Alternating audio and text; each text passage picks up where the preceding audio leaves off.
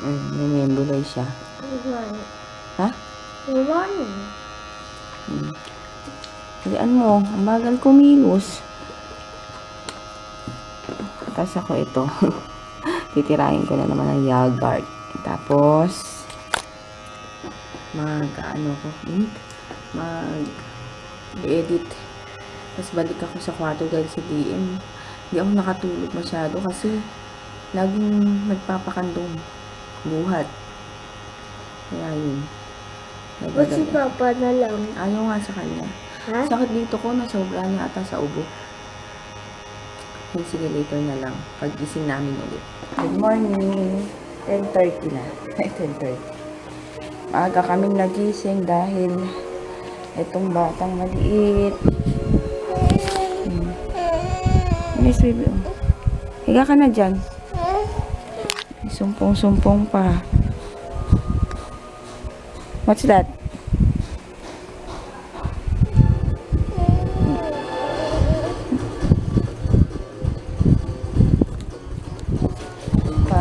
Gising kami ni Papa.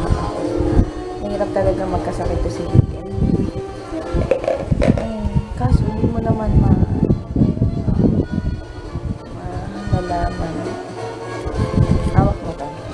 Tanggalin ko lang. Ito. Hi guys. Salita ka. Ay!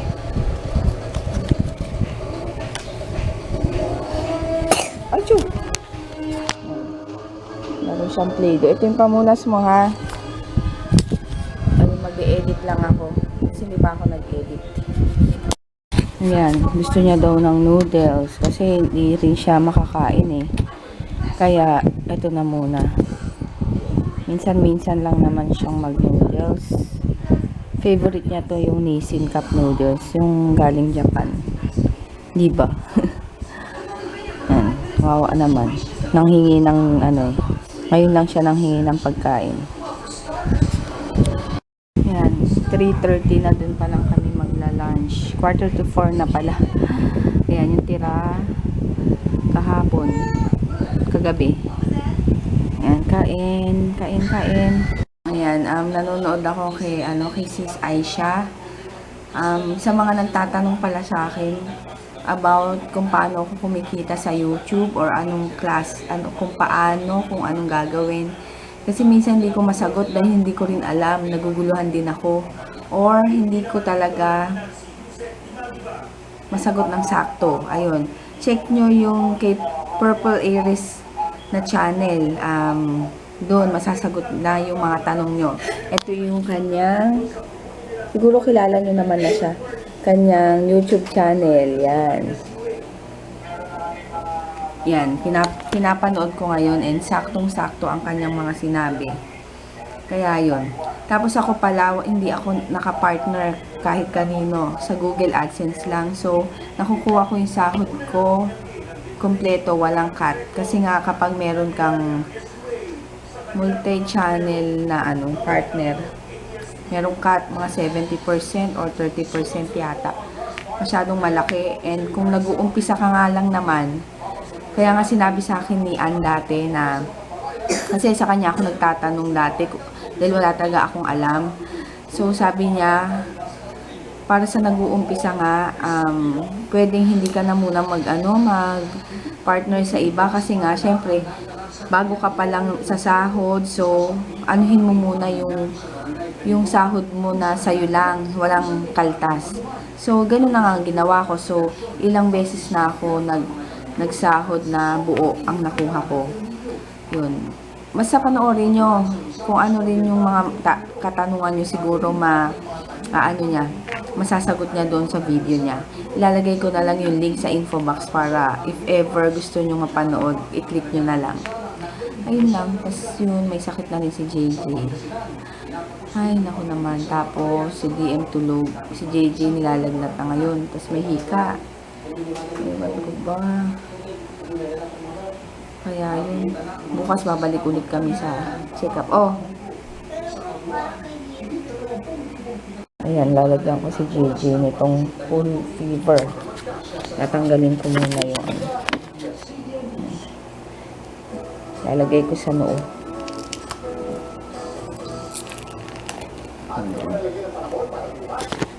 Lalagay ko sa noon. Ano sabi mo? Ano sabi mo? Hindi kanina. Papayat sabi mo? Papayat daw siya. Baka mo nga. Harap mo dyan. Baka mo lang ganyan. Lalagay ko sa noo mo.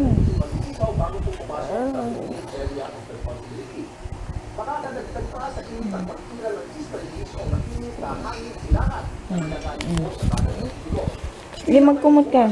Tutulog. Hindi na masyado mainit. Buti tulog kasi lagi nagpapakarga, sumasakit yung balakang ko. Tapos papainumin ko na rin ng gamot ko si DM. Ay si JJ. Na tempra. Ayan, kain tayo ng orange. Yan. Wait lang baby, eat lang ako ha. Ayan, dalawa. Kain lang tayo. Ito na yung aming lunch, yung natira kahapon na chicken. Tapos ito, nagpaluto si DM. Gusto niya lang ng soup. Kasi nga hindi rin siya maka-ano dahil nga yung singaw niya sa singaw niya sa bibig. Kaya yun. Magpapacheck up kami mamaya. Kasi Reggie, hindi pa kumain. Sige, later na lang.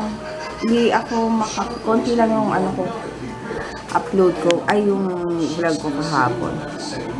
Ayan, kakain ako ng papaya. Pwede na kaya to? Binili ni Papa kahapon. Pwede na siguro. Kain tayo. Hi! Hi. O, pakita mo yung sarili mo. Ha? Pakita mo yung sarili mo. Good morning. Okay na? I'm back. Wala ka dyan. May sakit pa. Sige, September. Taas.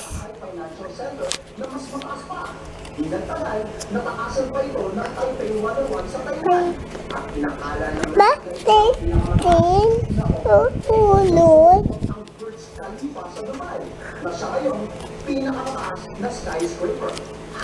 Yan, punta na kami sa check-up. Check-up din to. Dalawa. Buti si DM medyo ayos-ayos na, sana tumuloy. Kasi nga, para hindi na mahirap. Nagusok ba siya? Oo. Pagtapos ni JJ. Tapos yun. Hello. Yan, dito ulit kami. Yes. Tuya. Kuya? Galit si Kuya. Ha? Sick si Kuya. Papacheck up na yung dalawa. Plus ako. Tsaka to. Hika yata.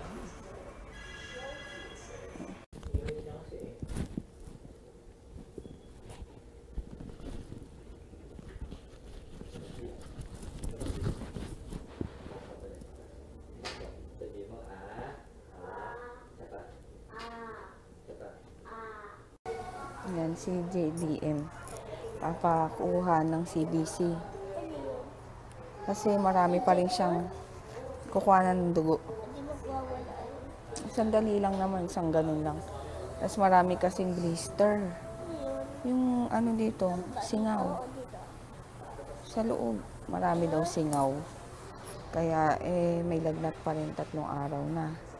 Kaya i-check muna kung paano. CBC niya. Nandiyan na sila. Umiiyak si DM. Nagbibilang na. Ha? Doon? Kinuhanan kasi siya ng dugo. Doon.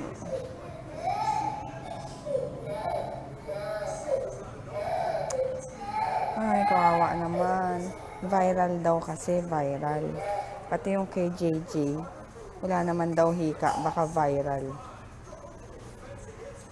Over fatigue yata tong kay JJ.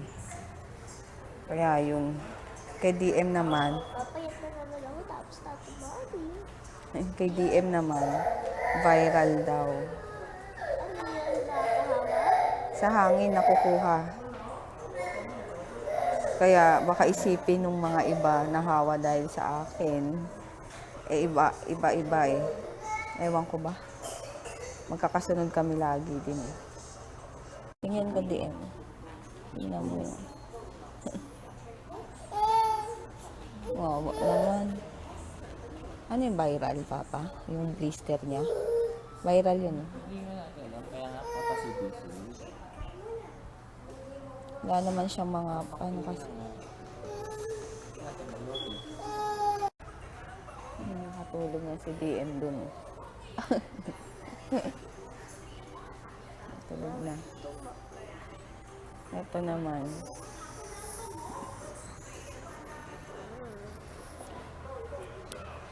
Ayun, hihintay ko pa yung turn ko sa pedia.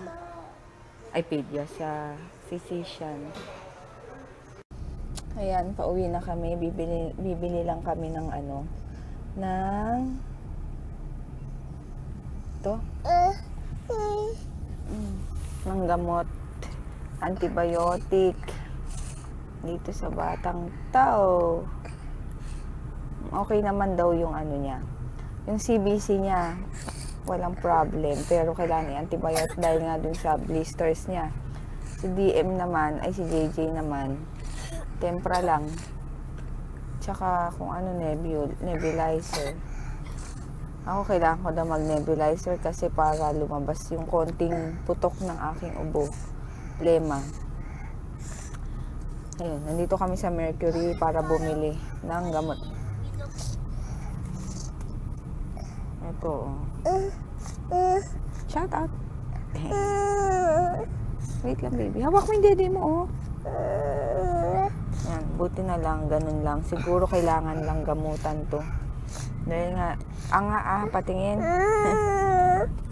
Kulit. Kulit, oh. Kaya yun. Nag-ano pa rin ako, nagmamask ako kasi nga, medyo may ubo pa ako ng konti. Hindi naman yung ubong as in ubo, parang may plema and delikado naman kasi dahil mahihina ang resistensya ngayon nitong dalawa dahil nga may sakit. Kaya ganun. Uwi na kami pagtapos nitong bumili. Sana mura lang yung gamot. Oo, bakit baby? Dito na kami sa house at tapos na ang pahirapang pagpapainom ng gamot dito sa batang ito.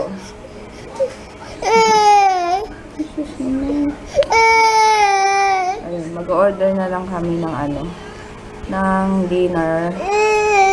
Kasi umuwi kami agad dahil kailangan na nilang uminom ng gamot. Dede, ano yung dede? O, dede. Ayan, in-order na lang namin sa Janice itong lomi. Sarap po. Lomi, chop suey, beef broccoli na may oyster, tsaka lumpia. Lumpiang Shanghai. Subukan ko na lang si Jay mamaya nito. Kain, tsaka ano to? Hindi ka kakain, Jake. Lumpiang sariwa. Ayan. Kain. Ayun, i-end ko na rin tong vlog ko ngayon kasi wala masyadong ginagawa dahil nag-alaga lang kami ng bata. Mga anak, ayun, nandun na sila sa loob. Si DM, hindi na ganun umiinit. Si JJ na lang ngayon. Pero, medyo iniinda pa ni DM yung sakit-sakit niya. Pero, minsan kasi, alam mo yun, yung arte na lang. Pero, minsan umiinit pa din siya. Nasabi ko na ba yung okay yung CBC niya? Ayun, basta okay yung CBC niya, yung test niya. Kaya, ano lang talaga yun, viral. Sa ano, kaya ang dami niyang singaw sa loob ng bibig. Tapos kay JJ, hindi naman siya hindi daw hika. So, ang finding sa kanya is over fatigue. Siguro kasi sa school, pagka, ano to? Pagka pasok, minsan kasi sinusundo siya dito ng 6. So, darating doon mga 6:15, 6:30. So, ang pasok pa nila ng classroom is 7:30. Minsan, sabi nung ibang mami na nakakausap ko, ano siya, naglalaro pa. So, pawis na pawis daw minsan. Tapos, minsan naman, sa hapon, if ever, kunyari nandun na yung service, may hinihintay pa silang ka-service nila, yung naglalaro pa. Kaya, syempre pawis na pawis. Tapos pagpasok sa sasakyan, aircon. Kaya dun siya tinatamaan lagi si JJ. Lagi ko siyang binibilinan. Lagi siyang may dalang tuwalya para in case magpapunas talaga siya sa likod. Kaso ewan ko ba, doon talaga siya, syempre bata siguro, hindi naman, hindi nila priority yun na gawin. Bata pa siguro sila para ma-stuck sa utak nila yung gagawin. Tapos, syempre may laro, may mga klase. Syempre, nag-e-enjoy siyang ganun-ganun. Kaya yun. Ganun na nangyari sa kanya. Kaya, hindi sila nahawa sa akin. Iba rin yung sa akin, iba yung mga sakit namin. Pero, syempre, kailangan, yung resistensya kasi. Minsan kasi yung vitamins, nakakalimutan ko. As in talaga. Tingnan, di ba napakita ko na sa inyo dati ito. Bumili na ako nito at nandito na sa table para, alam niyo yung pagka inom na lang. Ewan ko, bigla na lang tumigil na naman ako. Kaya nagalit si Dalton sa akin dahil nga ganun nga. Simpleng pag-vitamins ko, hindi ko pa daw magawa. Kaya madali akong kapitan ng sakit. Ubo, sipon, yun. Tapos sila JJ may vitamins naman, pero sa kanila kasi viral. Talagang hindi mo aakalain na dadapuan sila. Ganun. Kaya syempre nakakaano rin